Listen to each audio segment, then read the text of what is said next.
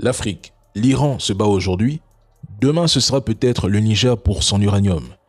L'Iran est l'un des plus armés et le plus structuré du camp de la résistance. S'ils arrivent à le briser, parce que c'est le but, la liste suivante est courte. J'utilise sans cesse leurs méthodes, leur fonctionnement, leur psychologie et la manière dont ils mènent leur guerre. Et je vous le dis clairement, sans ambiguïté, le mode opératoire testé en Libye, en RDC, au Soudan, au Sahel, en Russie, au Venezuela, en Iran et demain peut-être en Corée du Nord ou en Chine sera recyclé partout en Afrique. Le terreau chez nous, c'est pour eux un outil bon marché. Ils sèment le chaos, puis transforment la guerre contre le terreau en business, vente d'armes, bases militaires, contrats de sécurité.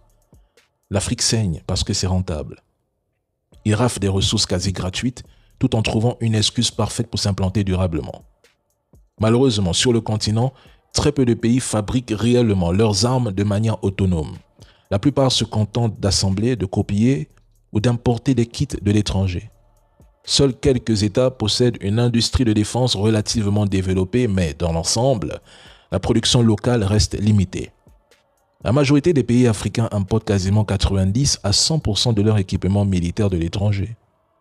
L'Afrique représente une très faible part du marché mondial des armes, avec une forte dépendance à l'égard de fournisseurs externes. Dans ce contexte, nous n'avons quasiment pas de missiles balistiques, pas de capacité nucléaire et pas d'avions de chasse indigènes au-delà de quelques composantes. Beaucoup achètent, très peu vendent. Et si une guerre généralisée éclate dans cette configuration, comment ça se passerait-il pour nous?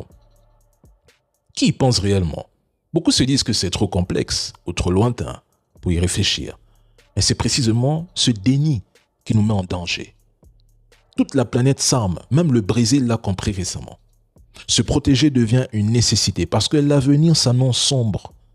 Dans le monde actuel, tout continent ou pays dépourvu d'une capacité militaire dissuasive sérieuse reste une proie facile.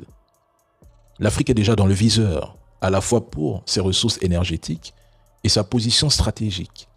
Et je vous le dis, l'histoire ne pardonne pas au peuple qui regarde ailleurs pendant que le voisin se fait massacrer. Et c'est ce qui nous saigne en Afrique depuis des décennies.